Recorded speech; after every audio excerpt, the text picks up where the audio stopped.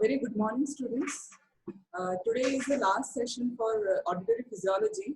Today I would talk about pathophysiology of deafness, and also we would see the different tests we do for assessing hearing losses. So today's learning objectives are hearing loss, what are the different types and causes, what are the different tests for hearing, and what are the different kinds of hearing aids we give to patients who suffer from hearing loss. We have been seeing these structures again and again. So just to revise the functional anatomy, this is the outer ear which consists of auricular pinna and the external auditory meatus or ear canal. The middle ear consists of eardrum or tympanic membrane. It has got 3 bones, and the inner ear consists of cochlea, which is mainly the main area where the transduction of the mechanical signals occur into electrical signals.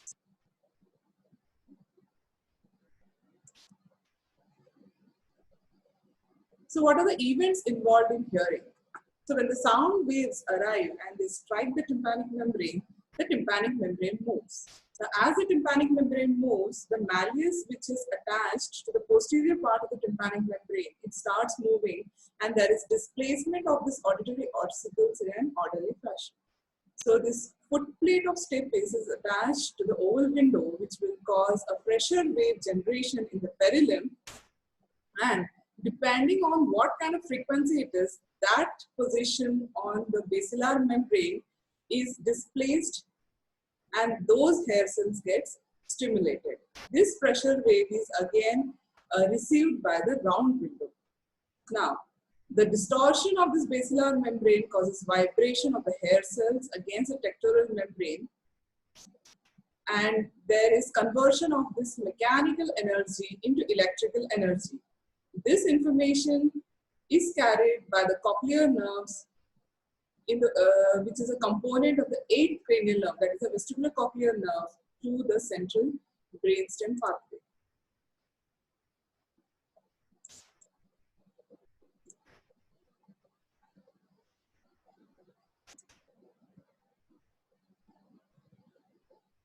Coming to the audible frequencies. Now we know that we humans can hear in the range of 20 Hz to 20 kHz. The sounds less than 20 Hz are known as infrasound, and the sounds more than 20 kHz are considered to be ultrasonic waves.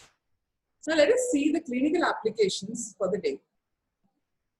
Today we will discuss about hearing loss, what exactly is deafness, what is tinnitus, what is presbyacusis, and the masking. We'll discuss one by one in sequence. So what is hearing loss? The hearing loss is also known as hardness of hearing or hyperacusis. Now here, the person is not able to understand what you have said, or he is not able to interpret the sound which he hears. So, in short,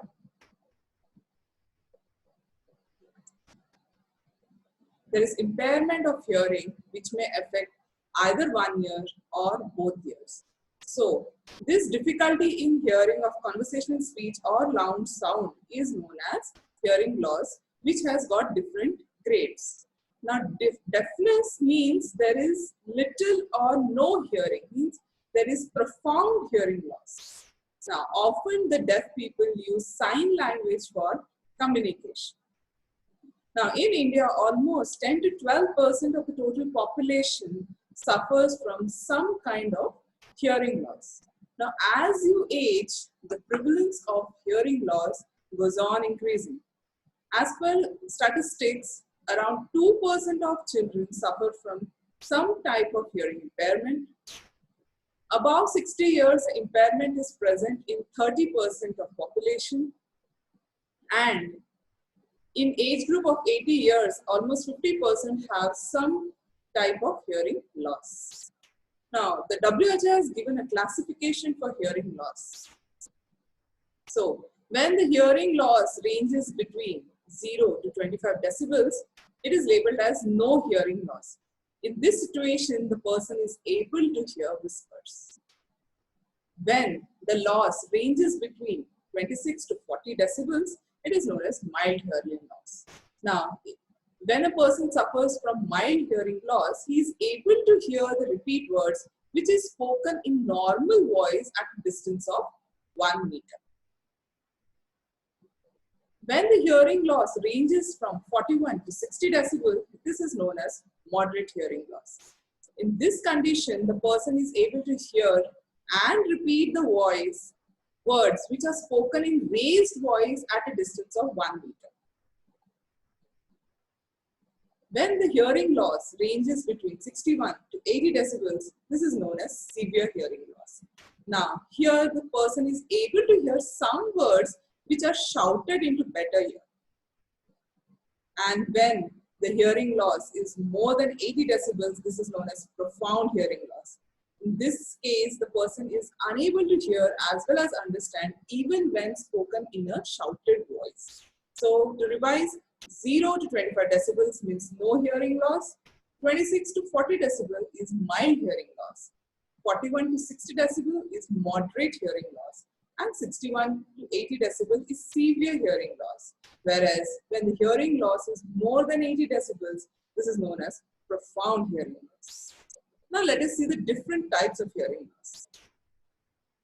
So we have conductive hearing loss, we have sensory neural hearing loss. We also have mixed hearing loss, which has got components of both conductive as well as sensory neural hearing loss. And we have central hearing loss, which is also known as auditory neuropathy. Now coming to conductive hearing loss. Now here you see the affected components are colored in pink color. So by this diagram, it is very clear that it is either the external auditory canal which is getting affected along with the tympanic membrane and the bone ossicles. So here there is impairment of the physical structures of the external ear as well as the middle ear.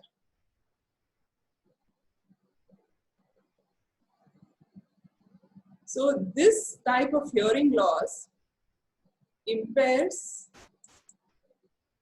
the mechanical disturbance of the sound conduction. So irrespective whichever frequency of sound reaches the external auditory meatus, the sound conduction is affected. In short, it impacts all sound frequencies. So coming to the causes which are present in external auditory canal. So whenever there is obstruction of ear canal, either because of otitis externa or means inflammation of the external ear, this canal, or there is presence of some wax or foreign body. So these can obstruct the passage of the sound waves to reach the tympanic membrane. In case of newborns, if there's a case of congenital atresia, means this canal formation is not proper, then it can lead to hearing loss of up to 60 decibels.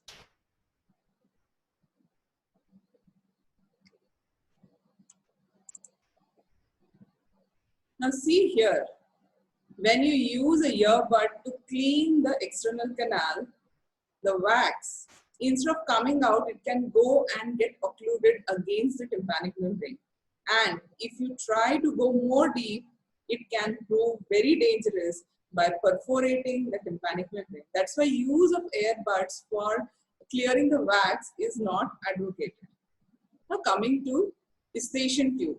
Now as we know that the eustachian tube plays a very, very important role in equalizing pressure across the middle ear, across the tympanic membrane, that is between the middle ear as well as the external auditory canal. And this equalization of pressure is very, very important for adequate sound conduction across the ossicles. Now, if this eustachian tube is not working properly, or it is blocked or inflamed because of certain conditions, it can lead to fluid accumulation. So here in this diagram, you see there is an air fluid level. Now, presence of this fluid can affect the movements of this bony ossicles. So, of course, the conduction of sound will also get impaired. So, this poor eustachian tube functioning is very, very common in children because they have a narrow tube and the tube is comparatively straighter as compared to that of adults. Now, Whenever there is this eustachian tube dysfunction, it can lead to transient conductive hearing loss. When there is accumulation of fluid, the equalization of the pressure across the tympanic membrane is affected, because of which there is lessening of the vibration of the tympanic membrane. So whenever the eustachian tube is blocked, there is retraction of the tympanic membrane, because of which there is dampening of the vibration of the tympanic membrane. And this is more common for lower frequencies. And this condition can cause hearing loss up to 40 decibels. Now coming to the conditions of the middle ear. Now in the middle ear, this accumulation of fluid, either transudate or exudate, is known as otitis media. Now when the fluid accumulates, it causes pressure on the eardrum. Now when there is pressure on this eardrum, the movement of this bony ossicles is also impaired. So in short, it leads to conductive deafness. This is an example of perforation of eardrum. You can see a hole over here, because of which again the vibration of the tympanic membrane as a whole is affected. There is another condition known as cholesteatoma, where there is abnormal bone growth within the middle ear cavity, which can extend over the ossicles, and also it can cause perforation of the tympanic membrane. So these conditions can affect the conduction of sound till the footplate of stapes. There is another condition known as otosclerosis, where the footplate of stapes is affected. Now here, there is abnormal bone growth which causes a decrease in the movement of the footplate of stapes. So again, though the chain conducts the sound properly, but as the footplate is in connection with the oval window, that pressure generation is impaired. Also, injuries to middle ear can cause dislodging of the ossicles, again impairing the sound conduction. Coming to sensory neural hearing loss. Now here, the most prominent structure which is highlighted is the cochlea. It means that in sensory neural hearing loss, it is the cochlea which is getting affected. This sensory neural hearing loss is also known as perceptual hearing loss, and the problem lies in organ of corti. The most commonly affected is the outer hair cells, which are responsible for cochlear amplification. So when the outer hair cells are affected, the sharpening and the tuning of the sound frequency is affected. In sensory neural hearing loss, they might hear the sound, but they can't understand the sound which is perceived by them. In short, the hearing impairment is due to the dysfunction of the hair cells or the synaptic connections to the cochlear nerve. And here, the peculiarity is affection of a particular frequency of band. In conductive hearing loss, all frequencies were impaired, whereas in sensory neural hearing loss, it is affection of a particular frequency. That is the difference between the conductive and the sensory neural hearing loss. Now let us see the causes of sensory neural hearing loss. First is hereditary. Now, it seems that about 1% of the newborns are born with genetic mutations which causes congenital deafness in this newborn. And this congenital deafness can be syndromic deafness, means the hearing loss is associated with other abnormalities. Or the congenital hearing loss can be non-syndromic in nature, means it is only associated with hearing loss. There is no other abnormality in that newborn. Let us see some causes. Now, congenital deafness. The most important cause is the mutation of Conaxin 26. Now, this Conaxin 26 is present in the outer phalangeal cells or the ditus cells, which form a tight junction, maintaining the ionic composition between the endolimb as well as the perilimb. Now, if there is mutation of this protein, the recycling of the potassium is affected. Now, as we know, the presence of potassium in the concentration of 150 milliequivalent is responsible for the endocochlear potential of plus 80 millivolts. So, if this recycling is affected, there is reduced endocochlear potential, which can interfere with the transduction of sound into electrical energy. So if there is mutation of this protein, of course the tight junctions are not formed properly and the recycling of potassium is affected. Another most common syndrome which is seen is Pendred syndrome. Now in this syndrome, here you see there is congenital deafness, yes, and there is goiter. So this syndrome consists of congenital hearing loss, bilateral sensorineural hearing loss, and enlargement of thyroid gland, that is goiter. The problem here is the mutation in the multifunctional anionic exchanger, that is pendrin.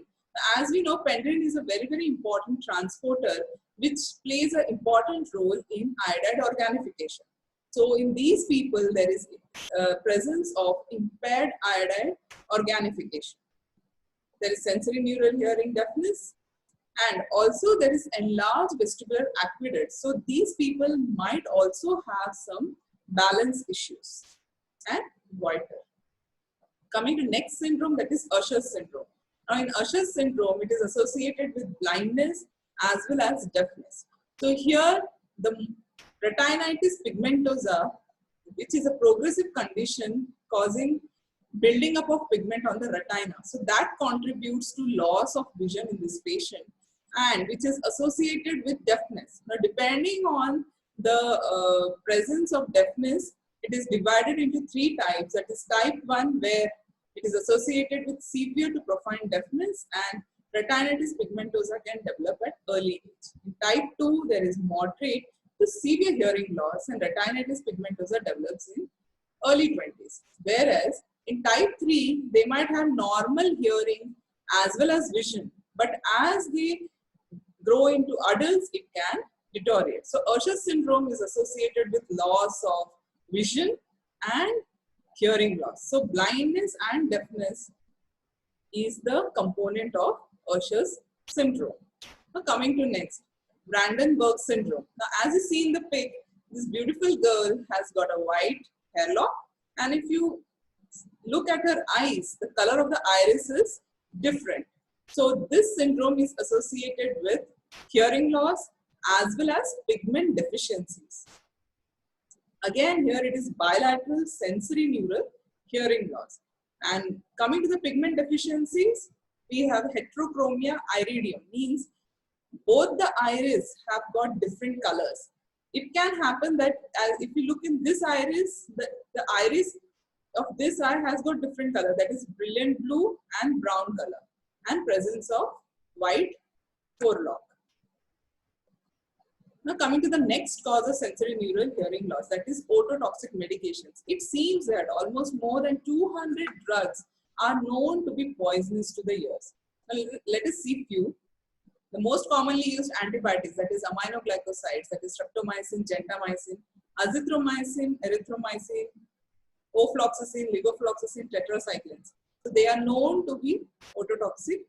Another group is anti-malarial, that is chloroquine, mefloquine, and the hydroxychloroquine. Another group is antivirals, that is ganciclovir, ribavirin plus interferon. Antifungals like amphotericin, flucytosine. NSAIDs like the most commonly which we use, diclofenac, aspirin, ibuprofen, naproxen, they are also known to be ototoxic drugs.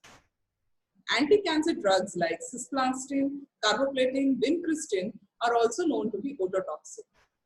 Another group are furosemide, torsemide, acetazolamide, the diuretics.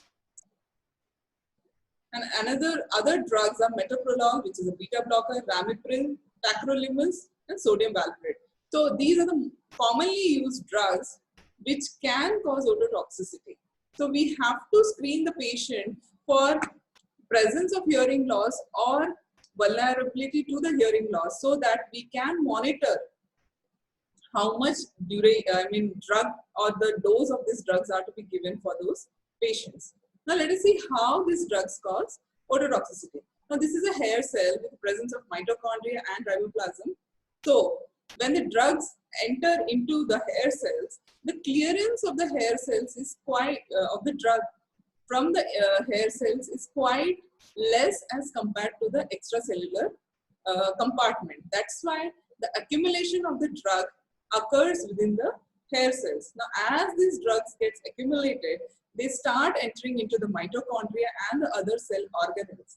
Especially in the mitochondria, it causes defects in oxidative phosphorylation, which causes generation of reactive oxygen species, which ultimately causes damage to the mitochondria and the other cell organelles. So there is initiation of apoptosis and eventually the hair cells die.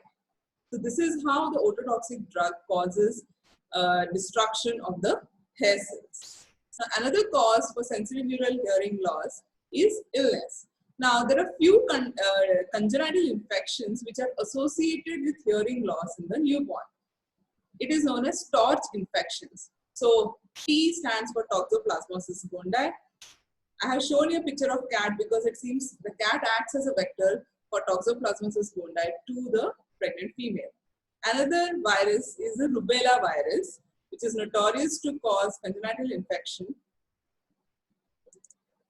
Another virus is cytomegalovirus. Then we have herpes simplex.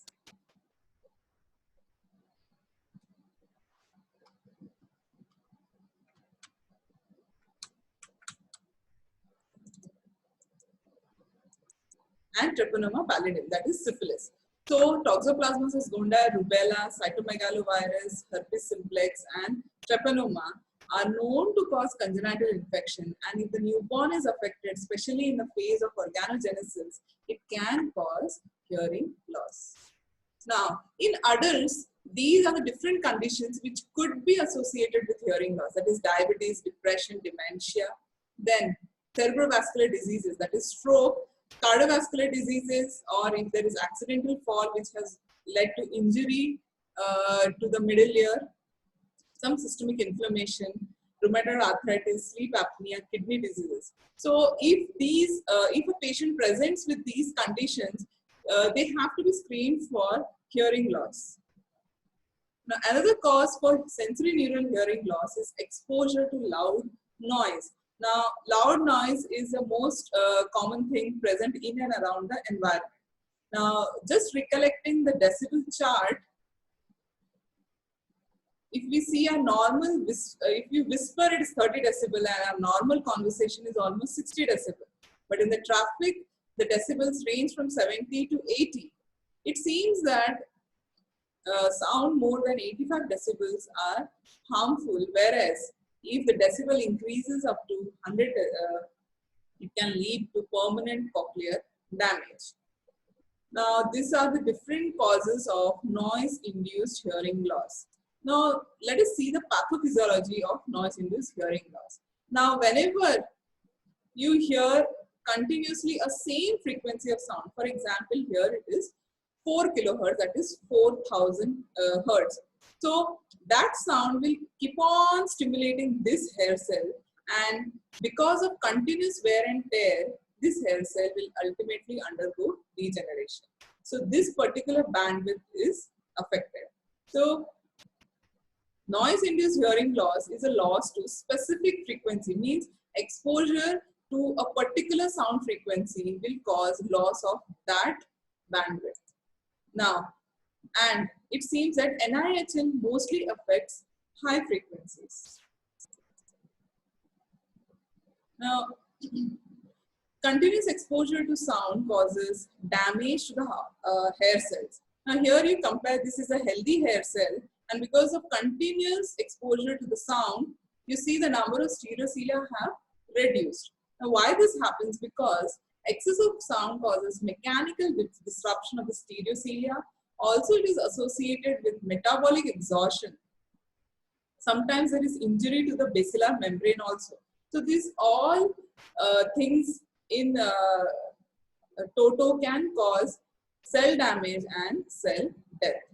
Also, a very important feature of noise-induced hearing loss is loss of synaptic connectivity, that is synaptopathy, that is loss of connection between the hair cells and the efferents. So it means even if the stereocilia transduce the sound, but still loss of the efferents causes loss of sound impulse transmission.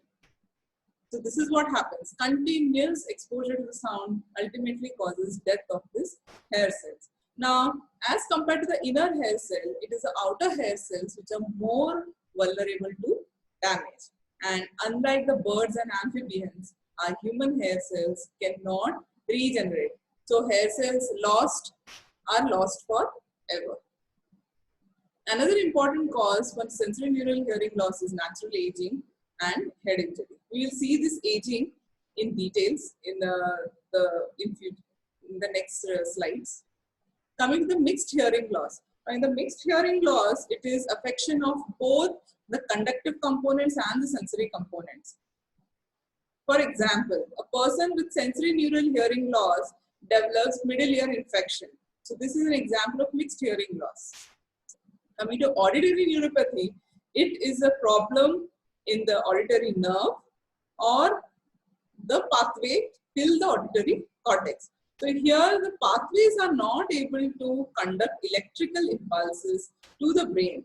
So the comprehension and interpretation of the sound waves are affected. Sometimes this auditory neuropathy is quite common with head injury or some associated vascular diseases like diabetes or stroke. Now let us see what is presbyacusis. Presbyacusis means hearing loss which is age related, most commonly seen in elderly. So as you age, our hearing thresholds goes on increasing, means the amount of sound we hear goes on decreasing. So this is a gradual sensorineural hearing loss which is associated with age due to loss of hair cells and the neurons. Now let us see one by one. Now, sensory presbyacusis means there is damage to the outer hair cells. Neural component comprises of loss of cochlear nerves, that is the afferents. So if there is loss of afferents more than 50%, it can reduce speech discrimination. Whereas if there is loss of more than 90% of the afferents, there is change in hearing threshold.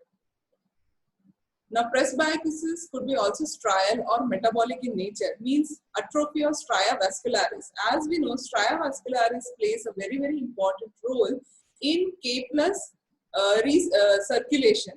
Now, as endocochlear potential is dependent on potassium concentration, if there is potassium cycling disorder, it could reduce the endocochlear potential.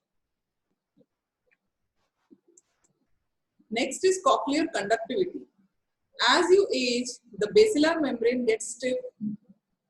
So if the basilar membrane gets stiff, again the movement, the frequency to which that portion of basilar membrane should get displaced, that gets affected. And the last cause is there is age-related neural loss in the central auditory pathway. So all these things contribute to presbyacusis. In short, if there is damage to the outer, middle or inner ear due to aging or exposure to loud sounds, there is continuous wear and tear of the hair cells, as well as there is loss of the cochlear nerve fibers, because of which the electrical signals are not transmitted efficiently. Now it seems these are the sites of auditory degeneration which occurs with aging. That is, though the mobility of the ossicles also reduce with age, it is more from the cochlea till the cortex. That pathways are affected more in presbyacusis. It seems presbyacusis is more associated with bilateral high frequency hearing loss, means they can't hear high frequency. So if we can speak softly with them, they will hear. There is no need to shout on these elderly so that to make them hear our conversation. And also these people face difficulty in speech discrimination and central auditory processing of information. Now what is masking? Now here, this girl is asking her mom for a coffee. Now mom can hear her properly because there is no sound in the environment or in the background. Now imagine a situation when the mom has started washing the utensils. This creates sound in the background, because of which she can't hear her daughter properly. So this is known as masking. So masking is presence of one sound decreasing the ability to hear to other sound. Now, means in presence of one sound, you cannot hear another sound. Now, why this occurs? Because there is absolute or relative refractoriness of the previously stimulated auditory receptors and the nerve fibers. Means when the first sound has arrived, these hair cells and the nerve fibers are already have undergone depolarization, and they would take, go repolarization, and it takes time. Now, in case when these hair cells and nerve fibers are in state of refractory period, the next stimulus cannot evoke an auditory potential. It means the second sound which is arriving, the second consecutive sound which is arriving to the hair cells fails to evoke a response. So that is what is known as masking. So masking of a given tone is usually related to its pitch. Pitch is nothing but frequency. So what is tinnitus? Now here you see it is like a bell ringing in their ears. Now, so, some people also complain of bee humming or roaring or buzzing. So these sounds which are not actually present are perceived by the person. So it is also described as ringing sensation in the ear, which is due to irritative stimulation of either inner ear or eighth cranial nerve. Now, who are the people who are at risk for tinnitus? It is the seniors or elderly, the military personnel, because they are continuously hearing the gunshot sounds. Musicians, because they are exposed much more as compared to general population to high frequencies, and also the people who work in loud environments. So these are the people who are at risk for tinnitus. Now, coming to conduction of sound. As we know, a sound gets conducted in two forms. That is air conduction. That is from the external environment, the sound will strike the tympanic membrane, and then via ossicles it reaches the cochlea. Another pathway for sound conduction is bone conduction. Means a bone stimulator which will cause vibration in the skull, and these vibrations are perceived by the cochlea. So this is another method by which the sound is perceived. So to remember two most important points. So if this cochlea or the auditory nerve is destroyed, this ear is permanently deaf. But if this cochlea and the nerve are intact, but if this tympanum or the bones are destroyed or ankylosed, with the help of bone stimulator, the sound waves can be conducted to the cochlea. So for proper hearing or hearing, at least we need the cochlea and intact auditory nerve. So if this is destroyed, means this ear becomes permanently deaf. So keeping in mind these 2 points, the hearing tests are designed. So when to decide that we need a hearing test? So there are 7 signs which have been told. If the person has to tune up the TV too loud. Second is, if the person is struggling to follow conversation and they ask them to repeat themselves, you can suspect hearing loss. Or in case of background sound, the person is not able to hear or there is difficulty in hearing. If they miss the phone calls or doorbells. If they have to twist the neck to hear a sound. If they get upset when confronted about hearing problems or becoming withdrawn or isolated. So these could be the signs of hearing loss. If these are present, we have to switch to hearing test. So let us see the hearing test. Clinically means in our OPDs or bedside, we can perform these tests to assess hearing. So first is the finger friction test. We have watch test, human speech voice test, and the definitive, the most commonly used are the tuning fork test, that is Rennie's test, Weber's test, Swillback test. Audiometric test means the objective tests are the pure tone audiometry, speech audiometry, impedance matching, which involves tympanometry and acoustic reflex testing. And we have some special tests, that is auditory brainstem evok potentials and photoacoustic emission. Let us see one by one in detail. Now, the finger friction test. Now, if you see in this pic, it is like you are rubbing the thumb and the fingers close to the patient here. So this is a rough and a quick method to assess if the person can hear the friction. Second is a watch test. So what we do here is we get a clicking watch from a distance of 1 meter close to the patient. Now the point where he starts hearing the click of the watch, that distance is measured, and that is a rough assessment for hearing. Third one is a human speech voice test. So here from a distance of 6 meters, the examiner will start speaking at normal voice, and usually, I mean, if you're speaking from back, no need of shielding the eyes. But if you're speaking from front, we need to shield the eyes to prevent lip reading. So from a distance of 6 meters, you will be approaching the patient. The point where the person hears a normal conversation, that you note. Then once he hears a normal conversation, then you go for whisper voice test. So again, you start approaching the patient closer. So the moment he hears your whisper, we have to note that. So in short, the distance at which the conversational and the whisper is heard is measured and compared with the normal people. Now coming to Rennie's test.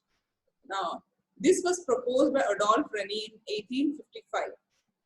Now there are 2 steps in Rennie's test. Now Rennie's test actually assesses air conduction and bone conduction.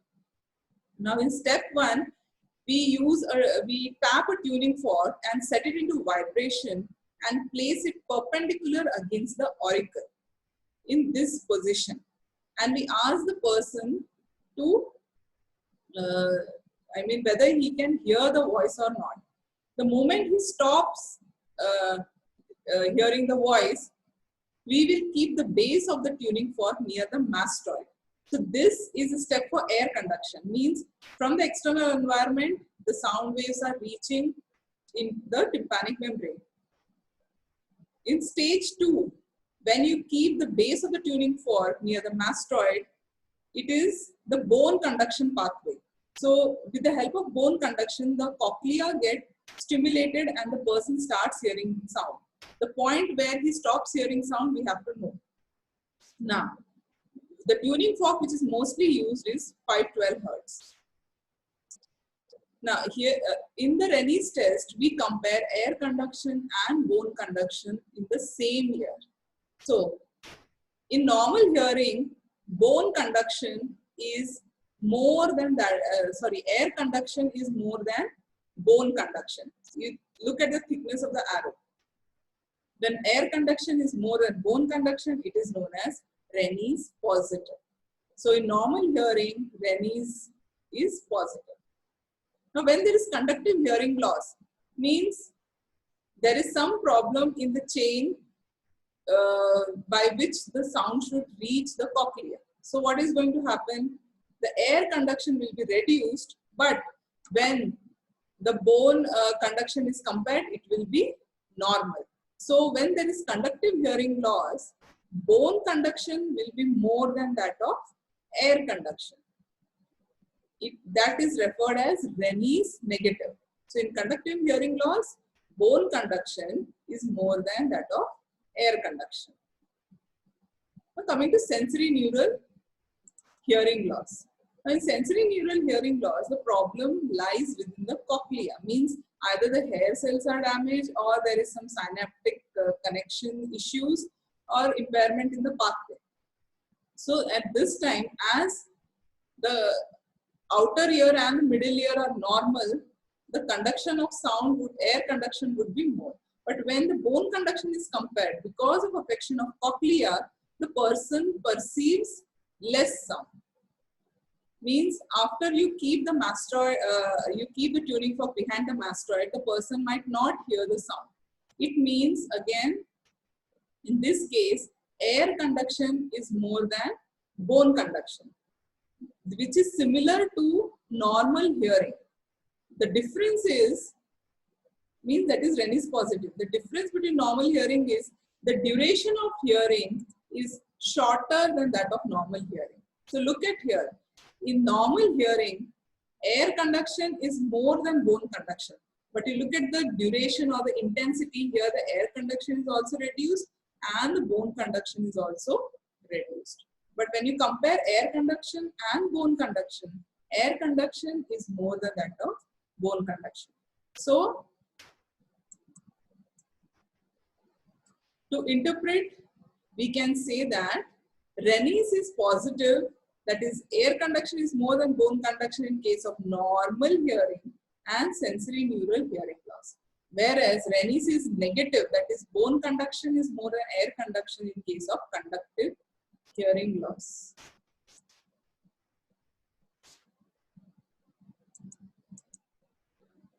When Rennie's would be false negative. Now this situation is seen in case of unilateral sensory neural hearing loss. For example, the right ear is having sensory neural hearing loss. So irrespective, you stimulate the cochlea either by air conduction or bone conduction, no sound will be heard. Means in the affected ear, air conduction would be absent. Now when you are stimulating, means when you are doing Rennie's test in the left ear, which is a normal ear, then what is going to happen? The bone when you were checking the bone conduction in the left ear, via the transcranial transmission, the sound would be perceived. So in this case, the person will start hearing when the bone conduction is there. So again, the person will say that the bone conduction is more than that of air conduction. Means it is a false negative Rennie's test. Now, what are the limitations of this Rennie's test? Basically, it is a screening test and the technique may not be uniform. Means the placing the tuning forks in proper position is very, very important. It is not sensitive to differentiate the extent of hearing loss, whether it is a mild, moderate or severe. There are high chances of false negative and it needs to be complemented with Weber's test because it cannot differentiate between normal hearing and sensory neural hearing loss. So what is this Weber's test? Now in Weber's test, you keep the mastoid, the tuning fork in the center of the body, that is on the cranium. So this test was proposed by Heinrich Weber and this is a test for lateralization. So what we do is we combine this test with Rennie's test to detect where is the lesion and the nature of hearing loss. So what is the principle of this Weber's test? Now inner ear is more sensitive to air conduction than bone conduction. But when there is a unilateral conductive hearing loss, there is relative improvement in the ability to hear the bone conducted sound. Means, for example, the right ear is affected. Is having conductive hearing loss. So what is going to happen? When you stimulate with Rennie's test, air conduction would be less and bone conduction would be normal.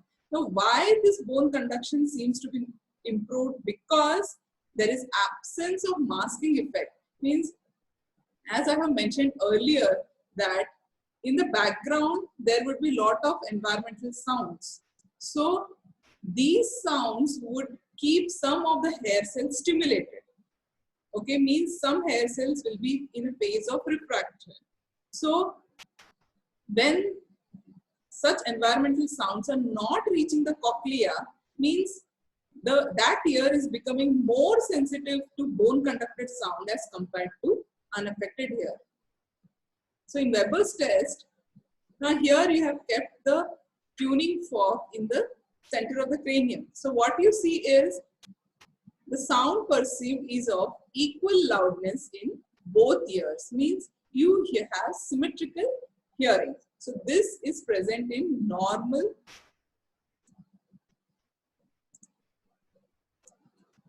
hearing. Now coming to next. Now here there is conductive hearing loss. So what is going to happen? Now as I have mentioned earlier that in this affected ear which has got conductive hearing loss, the masking is absent. So of course this ear is more sensitive to the bone conduction. So as the right ear is having conductive hearing loss, this side will perceive louder sound on bone conduction as compared to the left ear. It means in conductive hearing loss, this localization of the sound goes to the affected side, or the sound gets lateralized to the affected side. So here the right ear is affected. Coming to sensory neural hearing loss. Now in sensory neural hearing loss, the problem lies in the cochlea. So what is going to happen? Now this cochlea is affected. So as compared to the normal cochlea, this cochlea will perceive lesser sounds. Means the sound will go to better ear, or you will hear louder sound in the better ear. So in sensory neural hearing loss, the sound gets lateralized to the better ear. What is Schwabach's test? Now Schwabach's test, here we assess only bone conduction. So the tuning fork is kept at the mastoid process till the subject no longer hears the sound. And once he says that he cannot hear the sound, we compare it with the examiner. Now we presume that examiner has got normal hearing. So we are comparing the patient's bone conduction with that of the examiner. So normally the bone conduction of the patient should be equal to that of the examiner. But if there is sensory neural hearing loss, the subject will hear tone for a shorter time. Means once the subject sees that he can no longer hear it, and you keep the tuning fork at your mastoid process, you will be still hearing the sound. Whereas in case of conducting hearing loss, the subject will hear the sound longer than normal, again because of absence of masking. So in short, look at the interpretation. When do you say it is a normal ear? When in Rennie's, air conduction is more than bone conduction. In Weber's, equal intensity of sound is heard on both ears, and Schwabach, the bone conduction is equal to that of examiner. Now, when do you say there is conductive deafness? When the vibration in the air is not heard after bone conduction is over. In Weber's test, the sound is heard louder in diseased ear, means lateralization of the sound to the affected ear. And this asterisk is nothing but the masking effect. Absence of masking effect causes this effect. In Schwabach also, the bone conduction is better than that of the examiner. And coming to sensory neural hearing loss, here in Rennie's, air conduction will be more than bone conduction. In Weber's, the sound will get lateralized to normal here, whereas in Schwabach's, the bone conduction is less or worse than that of the norm. Now, there are other tests which includes audiometry. Now, audiometry consists of a specific arrangement done in a soundproof room. Here, there are different cabins where the examiner sits and the patient would sit in a separate room. So, this machine has got three components. That is electronic oscillator, intensity dial, and headphone. Now, the headphone is worn by the subject, and this is the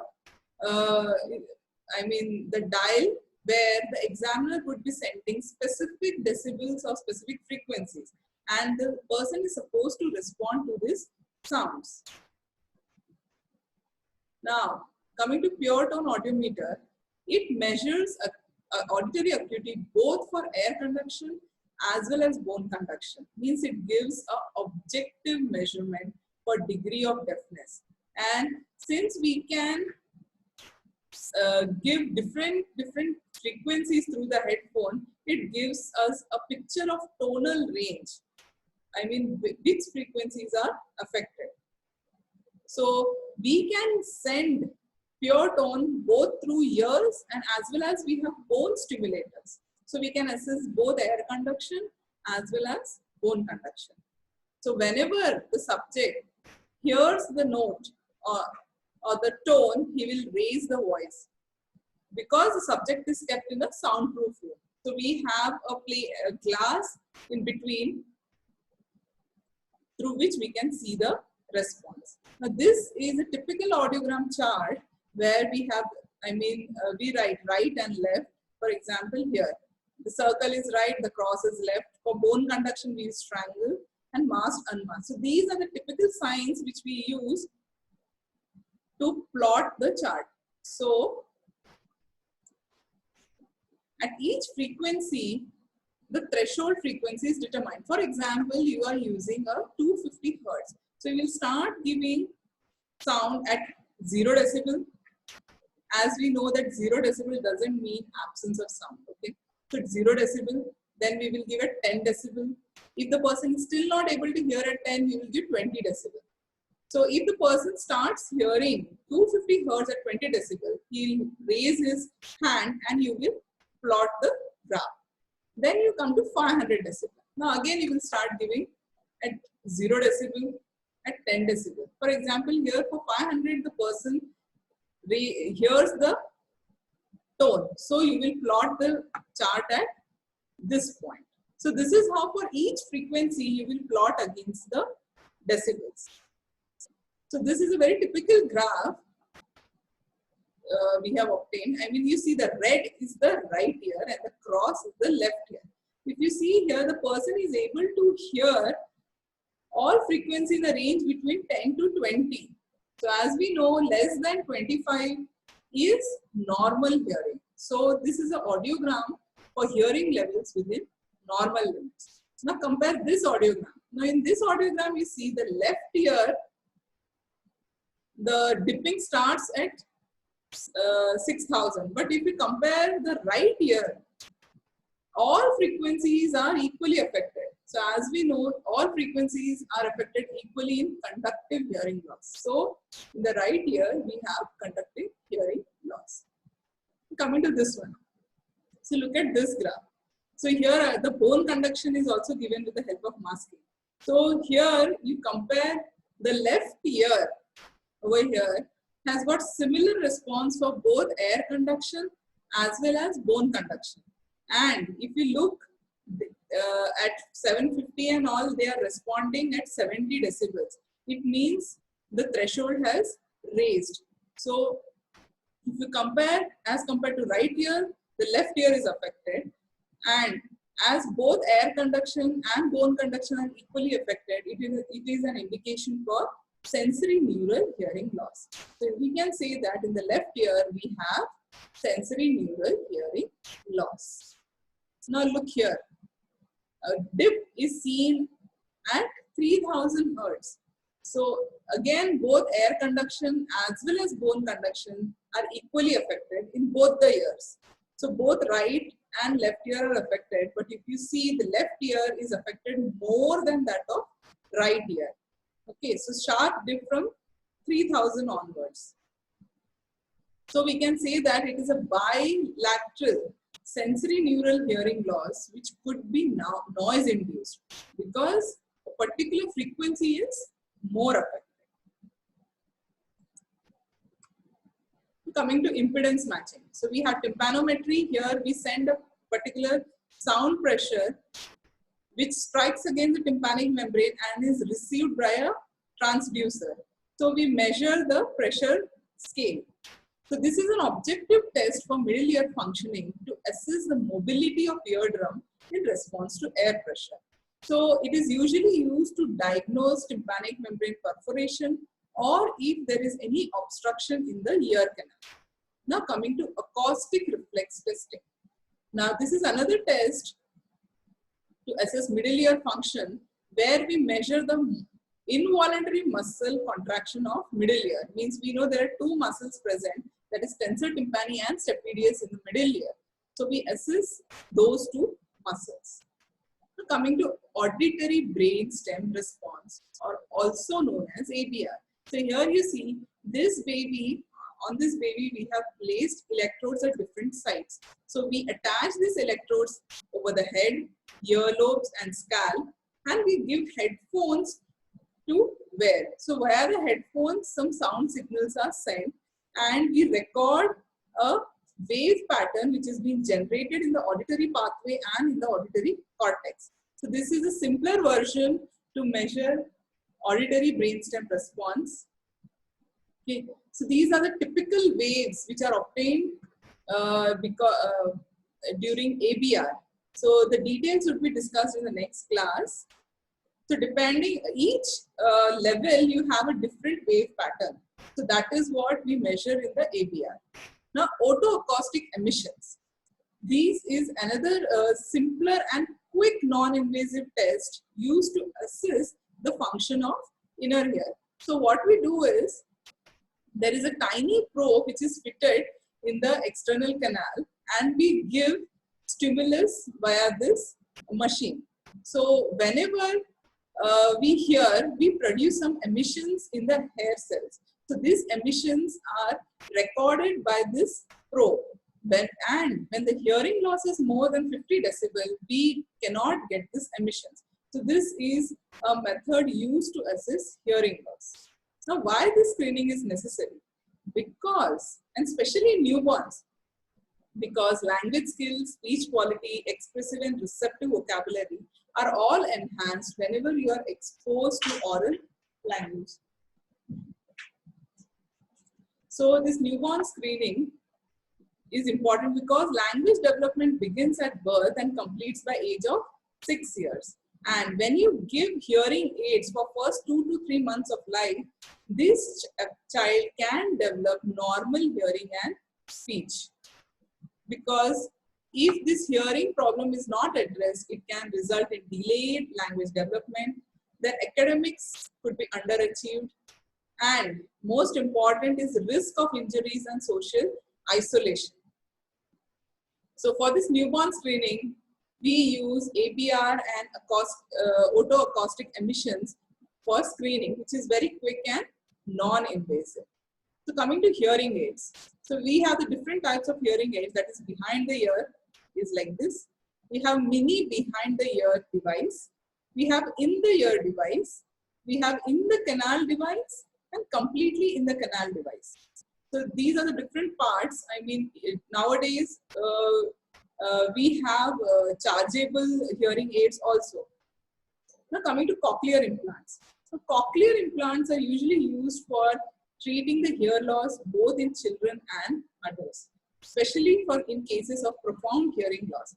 So what we do here is, we have a surgically placed device which will convert the sound energy into electrical signals. And these electrical signals are sent to the spiral ganglion cells. So this cochlear implant will help in giving a useful representation of the environmental sounds to the deaf person. The cochlea should be functional. Otherwise, this implant cannot be put. So you have to qualify that person for implantation of cochlear implants. Now, looking at the components. So we have an external sound processor which is fitted behind the pinna and which is connected to the processor. So this external sound will capture the sound and convert it into digital signals, which is relayed to the processor.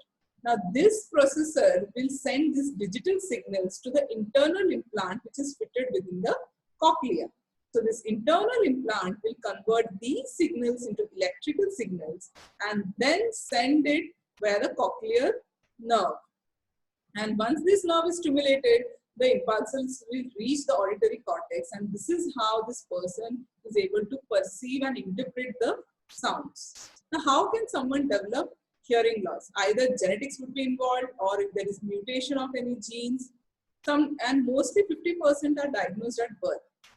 Exposure to noise can also lead to hearing losses, and sometimes illnesses that we have seen, rubella, meningitis. So these are in short, the summary of the cause of hearing loss. So Rennie's test and Weber's test.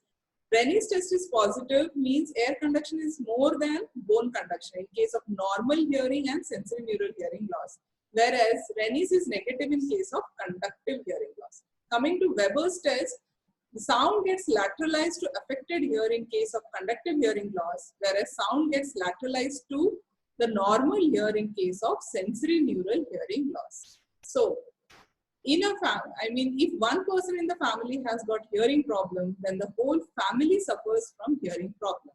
So, this is an initiative by WHO to make listening safe, so that the World Hearing Day was celebrated on 3rd of March 2020. So don't let hearing loss limit you. So we have to help those people who suffer from hearing loss. Thank you very much for your patient listening.